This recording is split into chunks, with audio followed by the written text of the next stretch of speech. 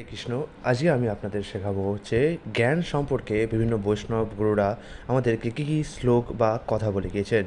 যেমন ভাগবতে সুদ গোস্বামী বলেছেন, অপ্রাকৃত বস্তুতে সুদৃঢ় ও নিশ্চয় বিশ্বাসযুক্ত মুনিগণ জ্ঞান ও বৈরাগ্যযুক্ত হয়ে শাস্ত্র শ্রবণজনিত উপলব্ধি অনুসারে ভগবানের প্রতি প্রেমময়ী সেবার দ্বারা তাদের শুদ্ধ হৃদয়ে পরমাত্মরূপে সেই তত্ত্ববস্তুকে দর্শন করেন।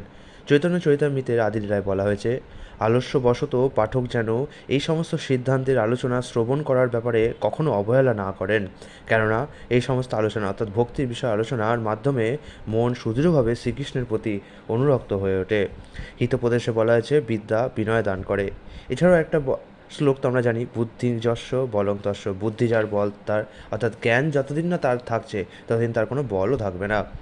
এছাড়াও চাণক্য পণ্ডিত বলে গেছেন, রাত্রির ভূষণ হচ্ছে চাঁদ, রমণীর ভূষণ হচ্ছে স্বামী, পৃথিবীর ভূষণ রাজা, আর বিদ্যা সকলেরই ভূষণ। এছাড়াও ভাগবত বলা হয়েছে, সরস্বতী জ্ঞানখলে যথা সতী, অর্থাৎ দেবকী ছিলেন এমন একজন ব্যক্তির মতো যার জ্ঞান আছে কিন্তু মানব কল্যাণের জন্য তা জগতে বিতরণ করতে পারছেন না। শিল প্রভুপাদ বলতেন যে জ্ঞানের উদ্দেশ্যই হচ্ছে বিতরণ করা, কিন্তু জ্ঞানখল ব্যক্তি জ্ঞান বিতরণে কার্পণ্য করেন। উদ্ধবের প্রতি শ্রীকৃষ্ণ বলেছেন, শ্রুতি, প্রত্যক্ষ, ঐতিহ্য ও অনুমান এই চার প্রকার প্রমাণের ভিত্তিতে মানুষ এই জড়জগতের অস্থায়ী অসারত্ব উপলব্ধি করতে পারে এবং এর দ্বারা সে এই জড়জগতের প্রতি বিরাগ বোধ করে। চৈতন্য চরিতামৃতে আদিল্লায় বলা আছে, তুমি যদি সত্যি সত্যি যুক্তিতর্কের প্রতি আসক্ত হও তাহলে দয়া করে শ্রীচৈতন্য মহাপ্রভুর দয়ার কথা বিচার করো। তা বিচার করলে দেখবে যে তা কি অপূর্ব দয়া, এবং তার ফলে তোমার চিত্ত চমৎকৃত হবে। ভাগবতে বলা আছে, হে রাজন, শ্রীল সুখদেব গোস্বামী বলছে, হে রাজন, আপনার প্রশ্ন যথার্থই মহিমান্বিত, কেননা তা সমস্ত মানুষের পরম হিতকর। এই বিষয়টি সমস্ত শোভনীয় বিষয়ের মধ্যে শ্রেষ্ঠতম এবং আত্মতত্ত্বজ্ঞ মুক্তকুল কর্তৃক অনুমোদিত। কোন বিষয়? কৃষ্ণতত্ত্ব বিষয়। এছাড়াও ভাগবতে বলা হয়েছে, হে ঋষিগণ, আপনারা আমাকে যথার্থ প্রশ্নই জিজ্ঞাসা করেছেন। আপনাদের প্রশ্নগুলি অতি উত্তম, কেননা সেগুলি কৃষ্ণ বিষয়ক এবং তাই তা জগতের মঙ্গল সাধন করে। এই ধরনের পরিপ্রশ্নের দ্বারাই কেবল আত্মা সম্পূর্ণরূপে প্রসন্ন হন। এছাড়াও বেদান্ত সূত্র আমাদের বলছে, চিন্ময় তত্ত্ব যুক্তিতর্কের দ্বারা উপলব্ধি বা প্রতিষ্ঠা করা যায় না। মহাভারতের ভীষ্ম পর্বে বলা আছে, যা জড়া প্রকৃতির অতীত তাকে বলা হয় অচিন্ত, কিন্তু সমস্ত যুক্তিতর্ক হচ্ছে জাগতিক। যেহেতু জাগতিক যুক্তিতর্ক জড়াতীত বিষয়কে স্পর্শ করতে পারে না, তাই কারও যুক্তিতর্কের মাধ্যমে চিন্ময় বিষয় হৃদয়ঙ্গম করার চেষ্টা করা উচিত নয়। ভাগবতে ব্রহ্মার প্রতি শ্রীকৃষ্ণ আমাদের বলে গেছেন, শাস্ত্রে আমার সম্বন্ধে যে জ্ঞান বর্ণিত হয়েছে তা অত্যন্ত গোপনীয় এবং তা ভক্তি সহকারে উপলব্ধি করতে হয়। সেই পন্থার আনুষঙ্গিক অঙ্গসমূহ আমি বিশ্লেষণ করছি, তুমি তা যত্ন সহকারে শ্রবণ করো। এছাড়াও শ্রীকৃষ্ণ আমাদের বলেছেন, ব্রহ্মাকে বলছেন, কিন্তু তার মাধ্যমে আমাদেরই বলছেন, তত্ত্বজ্ঞান লাভে আগ্রহী ব্যক্তিকে সেই জন্য সর্বব্যাপ্ত সত্যকে জানার জন্য সর্বদা প্রত্যক্ষ ও পরোক্ষভাবে অনুসন্ধান করতে হবে। গীতায় ভগবান বলেছেন, সেই সনাতন যোগ আজ আমি তোমাকে বললাম, কারণ তুমি আমার ভক্ত ও সখা, এবং তাই তুমি এই বিজ্ঞানের গূঢ় রহস্য হৃদয়ঙ্গম করতে পারবে। এছাড়াও ভগবান গীতায় বলেছেন, আমি এখন তোমাকে বিজ্ঞান সমন্বিত এই জ্ঞানের কথা বলবো, যা জানা হলে এই জগতে আর কিছুই জানবার বাকি থাকে না।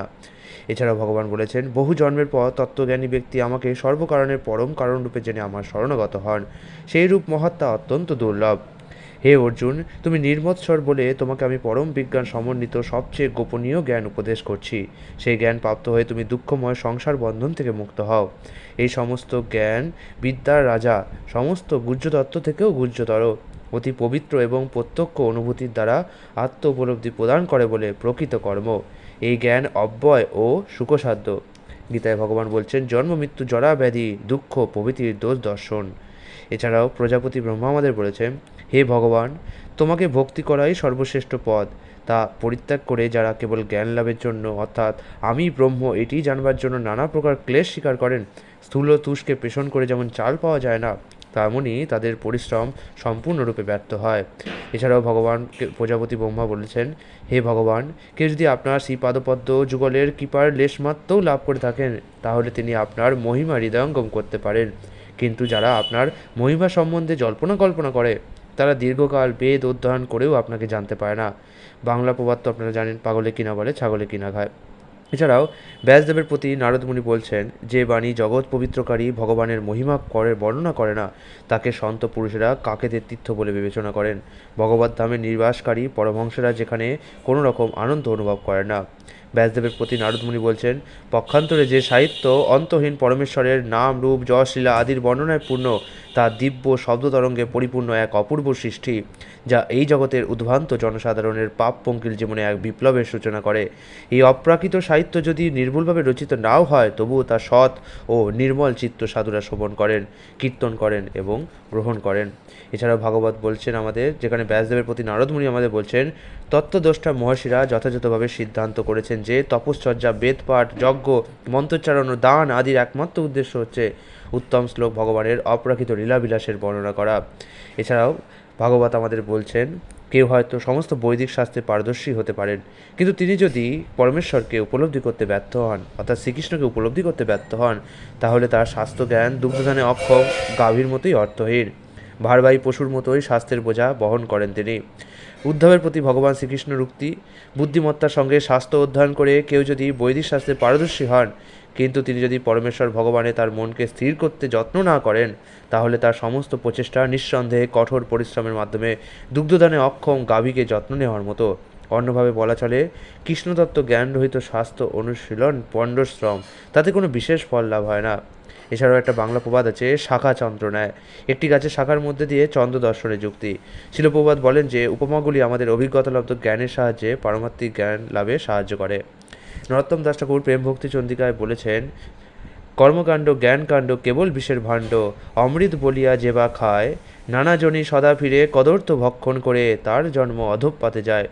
শিলপ্রপাত এই প্রবাদটির মাধ্যমে নির্লজ্জ ব্যক্তিদের, যেমন জড়বাদী বৈজ্ঞানিকগণদের অবস্থাটি বোঝাতেন। কারণ যদি একটি কান কাটা থাকে, তাহলে সে তা গোপন করার চেষ্টা করে। যেমন কাটা কানটি নদীর দিকে রেখে তিনি হাঁটতে থাকেন, কিন্তু যার দুটি কান কাটা সে একেবারে নির্লজ্জ। এছাড়াও বাংলা প্রবাদ আছে, তণ্ডুল বৃশ্চিক ন্যায়, চাল ও কাঁকড়া বিছার ন্যায়। এছাড়াও আছে, জড়বিদ্যা যত মায়ার বৈভব, তোমার ভজনে বাধা। ভক্তিবিনোদ ঠাকুর বিদ্যার বিলাসে বলেছেন, সমস্ত জাগতিক জ্ঞান ভগবানের মায়া শক্তির বৈভব এবং তা ভগবত সেবার বিঘ্নস্বরূপ।